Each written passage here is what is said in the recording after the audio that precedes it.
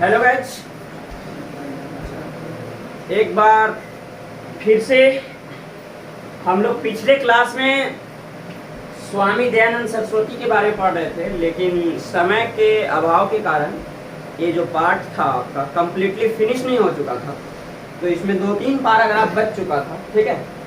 तो वहीं से आज हम लोग काम करेंगे और इसे बिल्कुल बेहतर, एकदम सटीक और शानदार भाषा में बिल्कुल सिंपल तरीके से समझाने का मैं कोशिश करूंगा। जी हाँ, अगर आप नवम दसम वर्ग के स्टूडेंट हैं तो बिल्कुल आपके लिए बहुत ही सार्थक और बहुत ही अच्छा प्लेटफॉर्म है।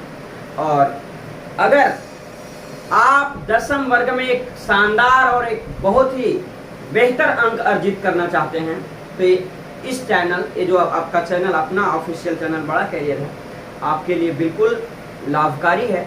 इस वीडियो को अवश्य देखें और देखने के बाद आप अवश्य लाभान्वित होंगे, मुझे आशा न बल्कि पूर्ण विश्वास है। तो जी हाँ दोस्तों, मैं SK यादव गुड्डू सर, जहाँ तक पिछले क्लास में पढ़े थे एक बार वहीं से फिर इस चैप्टर को हम लोग स्टार्ट करने जा रहे हैं। उससे पहले जो भी इस चैप्टर में हम लोगों ने कंटेंट सीखा उसको रिवाइज कर लेते हैं थोड़ा सा, ठीक है।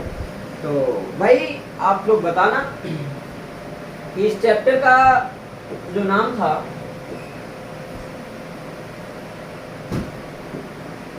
इस चैप्टर का क्या नाम था? स्वामी दयानंद। क्या नाम है? स्वामी दयानंद। हाँ, सबसे पहले आप बताएंगे कि आर्य समाज का स्थापना किसने किया? स्वामी दयानंद सरस्वती, या उसका दूसरा नाम क्या था? ठीक है, ये बात मैं आपको बताया था, ठीक है। उसके बाद स्वामी दयानंद सरस्वती का जन्म कब हुआ था? 1824, 12 फरवरी 1824। उनका जन्म कहाँ हुआ था? गुजरात के टंकार। चलिए, ये भी आपने जान लिया, बहुत अच्छा। भगवान, ये मतलब स्वामी दयानंद सरस्वती के माता पिता किस भगवान के उपासक थे? शिव भगवान के उपासक थे, ठीक है। अस्पृश्यता मतलब क्या होता है? ठीक है। अब शिवरात्रि के समय में जो भाई माता पार्वती और भगवान शंकर के प्रतिमा के नीचे जो लड्डू चढ़ाया गया था उसको किसने जूठा कर? चूहा को संस्कृत में क्या कहते हैं? 2 साल के बाद जब वो घर छोड़ दिए, जब उनको मूर्ति पूजा के प्रति अनास्था प्रकट हो गई, तो उसके 2 साल के बाद उसके किसकी मृत्यु हो गई थी? किसकी वाहन की? स्वामी दयानंद सरस्वती का, ठीक है। और ये भी मैं आपको बताया था कि इन्होंने हमारे समाज के लिए बहुत कुछ किया जिसे कभी भुलाया नहीं जा सकता। तो ये सब मैं आपको एक्चुअली पढ़ा दिया था। घर छोड़ने के बाद ये भी मैं आपको बताया था कि वो कहाँ चले गए थे? मथुरा में की जो भी से मुलाकात हुई, गिरजानंद से मुलाकात हुआ, ठीक है। तो ये सब हम लोग आपको पूरा कंप्लीटली बता दिए थे, ठीक है।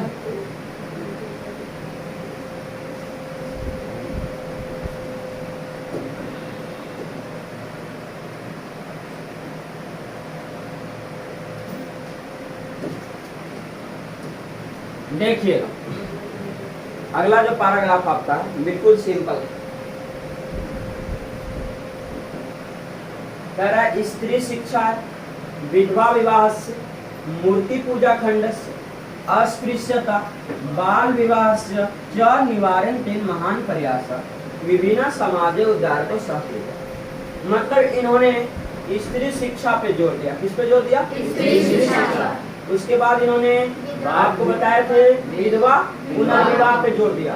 मूर्ति पूजा को खंडित किया, उसको हटाया, बोला कि मूर्ति पूजा पे हम विश्वास नहीं करते। I could not, I can't believe on a statue, मैं मूर्ति पे भरोसा नहीं करता।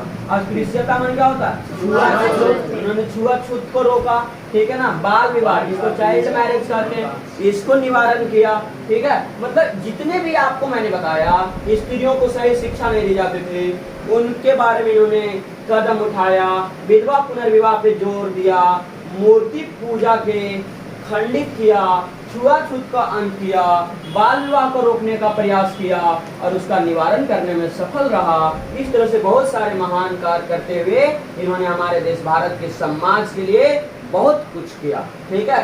स्वसिद्धताम संकलन प्रत्यय प्रसाद सत्य प्रकाश नाम ग्रंथ राष्ट्र भाषा वृक्ष स्वान्यानि स महान उपकारम च कर। मतलब कि इन्होंने एक बुक्स लिखा है जिसका नाम है सत्यार्थ प्रकाशम। क्या नाम है? सत्यार्थ प्रकाशम। क्या नाम है बाबू?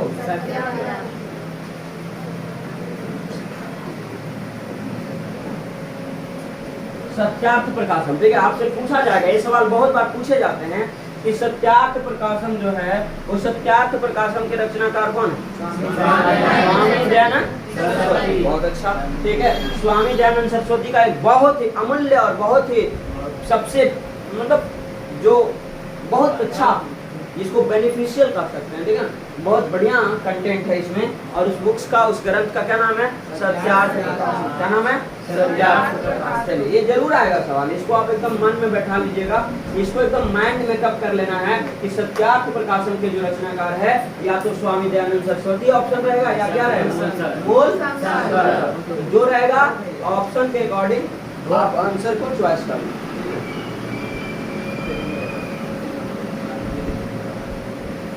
किंच वेदान प्रति सर्वेशा धर्म निवाई ध्यान आकर्षण स्व वेद भाष्यानि संस्कृत हिंदी भाषा रचितवान। ये बात आपको मैं बता दूं बाबू कि सत्यार्थ प्रकाशम जो इनका ग्रंथ था, ठीक है ना, सबसे पहले तो धर्म के हिसाब से, धर्म के अनुयायी, आपको शुरू में बताया था कि स्वामी दयानंद सरस्वती का जन्म किस परिवार में हुआ था? ब्राह्मण परिवार में, कर्मकांडी परिवार में, ब्राह्मण परिवार में होने के नाते उनका जो आरंभ में जो शिक्षा दीक्षा हुआ वो किस भाषा में हुआ? संस्कृत भाषा में हुआ। तो ये जिस भाषा में वेदों की रचना हुआ है उसको हम लोग क्या कहते हैं? संस्कृत। ठीक है ना। और वैदिक काल के बारे में मैं कई बार आपको बताया हूँ, इस वैदिक युग क्या होता है, वैदिक काल क्या होता है, तो जिस काल में वेदों की रचना हुई है उसको कौन सा काल कहते हैं? वैदिक काल कहा जाता है। तो मतलब सबसे पहले तो संस्कृत भाषा में लिखे और उसके बाद हिंदी भाषा में भी लिखे। सत्यार्थ प्रकाशम जो आपका ग्रंथ था उनको पूछा जाएगा कि उस सत्यार्थ प्रकाशम ग्रंथ को किन किन भाषा में लिखा गया है, तो संस्कृत में एंड किसमें? हिंदी में। संस्कृत में और हिंदी में। ठीक है, संस्कृत और हिंदी दो भाषा में लिखा गया है। सत्यार्थ प्रकाशम को कितने भाषा में लिखा गया है? दो भाषा में। कौन कौन भाषा? हिंदी, संस्कृत और हिंदी। ठीक है, संस्कृत भाषा में और हिंदी भाषा में बाबू लिखा गया है। ठीक है, आपके पास दो विकल्प होंगे, ये आप बना देना। ठीक है। अरे प्राचीन शिक्षा में दोषानाम दृश्यत्वा नवीन शिक्षा पद्धति आस्मत। प्राचीन शिक्षा में जितने प्रकार की भी कमी था, अवगुण था, इम्प्रिटिस था, डिटेक्शन था, लैक था, खामियां था, गलतियां था, ठीक है, उन सारे को सुधार कर एक नई शिक्षा पद्धति लाए और स्व सिद्धांतानम कार्य 1875 वर्षे मुंबई नगरे आर्य समाज है। ये सवाल बिल्कुल आपसे पूछा जा सकता है कि आर्य जो समाज है, आर्य समाज का स्थापना कब हुआ? 1875 में। 1875 में किस समाज का स्थापना हुआ? आर्य समाज का स्थापना। बहुत अच्छा, आर्य समाज का स्थापना 1875 ईस्वी में तो हुआ बाबू, लेकिन कभी कभी पूछा जाता है कि एक किस नगर में हुआ? मुंबई नगर। किस नगर में हुआ? मुंबई नगर। मुंबई को पहले बॉम्बे कहा जाता था, बहुत जगह का नाम बदलते रहता है, जैसे अभी कोलकाता बोलते हैं, पहले कलकत्ता बोला जाता था, अभी मद्रास, पहले मद्रास बोलते थे, अभी चेन्नई बोला जाता है, पहले उसको इलाहाबाद बोला जाता था, अभी प्रयागराज बोला जाता है। पहले एक स्टेशन इधर जाओगे तो पहले हम लोग मुगल सराय बोलते थे, अभी उस स्टेशन का नाम बदलकर पंडित दीनदयाल उपाध्याय बोलते हैं।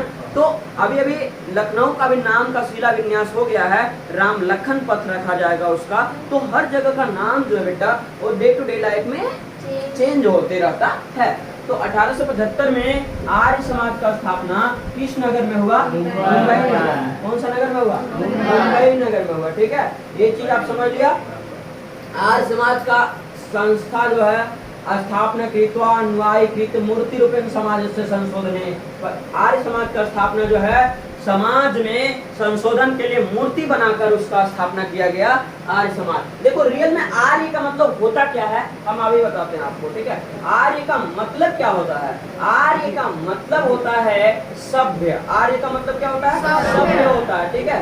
आर्य का अर्थ होता है सभ्य, ठीक है, सिविलाइज्ड जिसको बोलते हैं, ठीक है। माने आप कभी कभी बोलने का सभ्यता नहीं है तो उसको बोलते हैं एकदम बिल्कुल असभ्य है, ठीक है, र्यूड है, रफ है, ठीक है, बिल्कुल दिमाग नहीं है, बारबारियन है, अनसिविलाइज्ड है, बेतुका है, बदतमीज है। तो भाई आर्य का मतलब अगर कोई पूछ देगा आपसे कि आर्य का मतलब क्या होता है तो क्या बोलोगे? सभ्य। अरे बोलो सभ्य, ठीक है। इस तरह से आप आगे देखते हैं। देखो एक बहुत ही सुंदर सा शब्द यहाँ पे आया है, संपत्ति। संपत्ति नहीं, संप्रति है। संप्रति का मतलब होता है संप्रति का मतलब होता है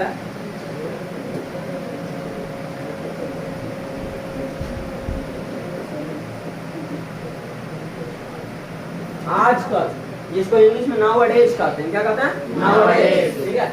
आर्य समाजस्य शाखा परशाखा च देशे विदेशे च प्रायेण प्रतिनगरम वर्तते। आजकल आर्य समाज की जो ब्रांच है, जो शाखा है और परशाखा है, वो लगभग विदेशों तक है। हर जगह, हर एक देश में, हर एक जिला में, हर एक राज्य में आर्य समाज का शाखा और ब्रांच है। सर्वत्र का मतलब सभी जगह होता है। सर्वत्र माने क्या होता है? सभी जगह, ठीक है। सर्वत्र का मतलब सभी जगह। सर्वत्र समाज दुष्यानि शिक्षा मलानी च शोधयन्ति। सभी जगह आर्य समाज के होने के नाते शिक्षा का प्रचार प्रसार है, शोधन किया गया है। शिक्षा परितो गुरुकुल नाम आपको पता होना चाहिए कि दयानंद एंग्लो वैदिक जो है, दयानंद एंग्लो जो वैदिक है बाबू, इन्हीं के नाम पे डीएवी स्कूल है। कौन सा है? डीएवी।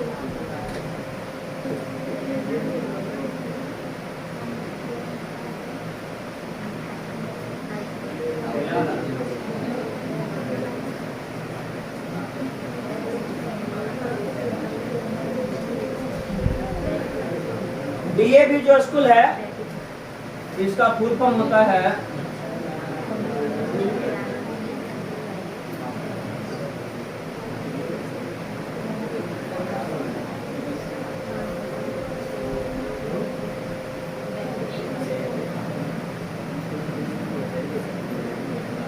डीएवी। जो आप स्कूल देखते हो बाबू, ये इन्हीं के नाम पे है, ठीक है। दयानंद एंग्लो वैदिक, दयानंद एंग्लो वैदिक, ठीक है। डी से डी फोर क्या? दयानंद, ए फोर एंग्लो और भी फोर वैदिक, ठीक है। आपको बताया था मैं, ये जो एंग्लो है बाबू, इसका मतलब होता है आंगल। आंगल अंग्रेज को संस्कृत में आंगल कहा गया है, ठीक है। और आंगल का मतलब होता है अंग्रेज, ठीक है। अंग्रेज को ही संस्कृत में क्या कहा गया है? आंगल कहा गया है। तो ये चीज आपको जानना पड़ेगा। जो डीएवी आज देखते हो कि अपने अपने बच्चे को सब अच्छे अच्छे स्कूल में पढ़ाते हैं भाई, तो डीएवी जो है एक बहुत ही बढ़िया बेहतर शिक्षण संस्थान है, जो कि लगभग हमारे बिहार के सभी जिला में, हमारे देश के सभी राज्य में देखने को मिलता है, ठीक है ना।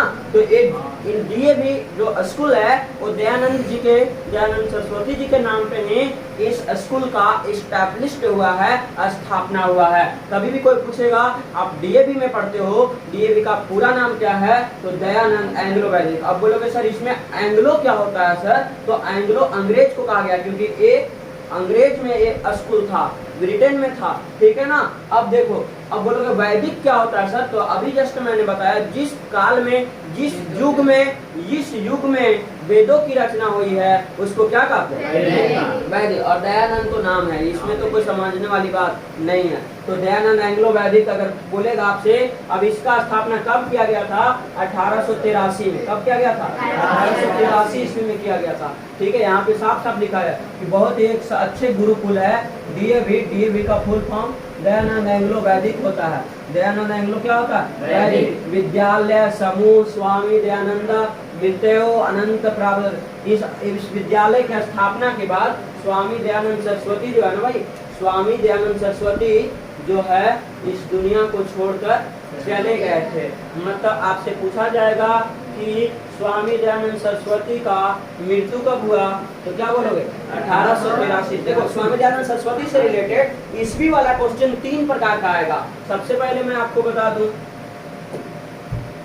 सबसे पहले भाई आपको मैं बताऊं, इनका डेट ऑफ बर्थ आपसे पूछेगा तो आपको मैंने बताया था 12 फरवरी 1824। ठीक है। उसके बाद आपसे पूछा जाएगा कि आर्य समाज का स्थापना 1875, और उसके बाद पूछा जाएगा इनका मृत्यु कब हुआ 1883। 3 सवाल आपका ईस्वी वाला आएगा। बेचारे 1883 ईस्वी में इस दुनिया को छोड़कर चले जाते हैं, 1883 ईस्वी में स्वर्ग सिधार जाते हैं, अंतिम सांसें लेते हैं। ऐसे व्यक्ति को कभी भी भुलाया नहीं जा सकता है। वर्तमान कहा गया है, वर्तमान शिक्षा पलते समाज प्रवर्तक दयानंद आर्य समाज योगदान सदा कहा जाता है। वर्तमान समय में जो शिक्षा की पद्धति है, जो सिस्टमैटिक एजुकेशन सिस्टम है, एजुकेशन सिस्टम को वर्तमान समय में समाज की वृद्धि के लिए स्वामी दयानंद सरस्वती जिन्होंने आर्य समाज का स्थापना किया और समाज के लिए बहुत ही बड़ा योगदान दिया, ऐसे स्वामी दयानंद सरस्वती की कृति को, इनके द्वारा किए गए कारनामे को कभी भुलाया नहीं जा सकता है। नेवर फॉरगेट, कभी नहीं भूल सकते हैं। धन्य हो स्वामी दयानंद सरस्वती। ऐसे ऐसे महापुरुष को हमारे देश भारत में जन्म लेने से हमारी भारत की भूमि धन्य हो गई है। इस प्रकार से चैप्टर आपका समाप्त हो। कैसा लगा? बंद कर।